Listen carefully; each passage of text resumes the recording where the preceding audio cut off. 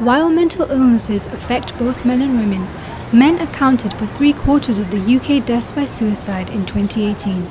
Health and wellbeing services such as Living Well provide support for people who are suffering with mental health. So 4 years ago, I tried to take my own life, thankfully unsuccessfully. I totally isolated myself from everybody. I was really anxious.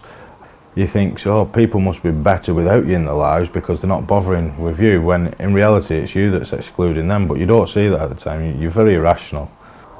In a rational mind, I didn't want to die, I just couldn't see how I could go on living.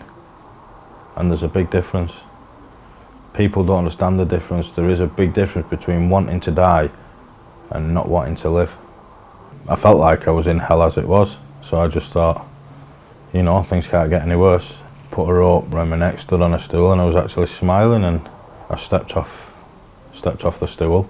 When I've passed out, the rope snapped. I woke up on the floor hours later with a bit of a sore throat and really disappointed. Suicide rates in the UK are on the rise and represent the largest cause of death for men under the age of 50.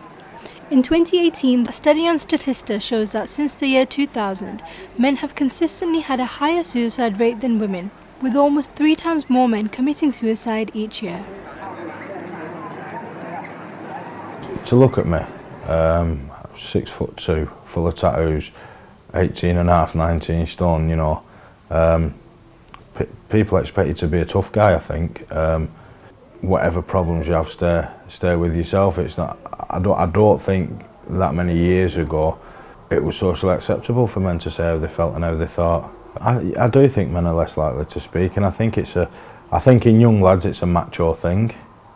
They're going out drinking with their mates at 16, 17, 18, you know, they don't want to be showing any signs of weakness. They won't want to be ridiculed and have the piss took out of them. It's really just a macho thing.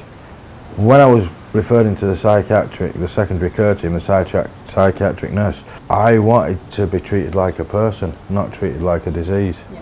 You're either severely mentally ill, where they'll get you the treatment, they'll get you straight into counsellors and this, that and the other, but when you're on a low to medium level mental health issue, they don't know what to do with you. It seems to be, well, we'll wait till he's that bad and then refer him into the service, and we should be more proactive rather than reactive. If you're feeling suicidal, if you're feeling low, if you're just not feeling yourself, you must speak to somebody, you know, anybody.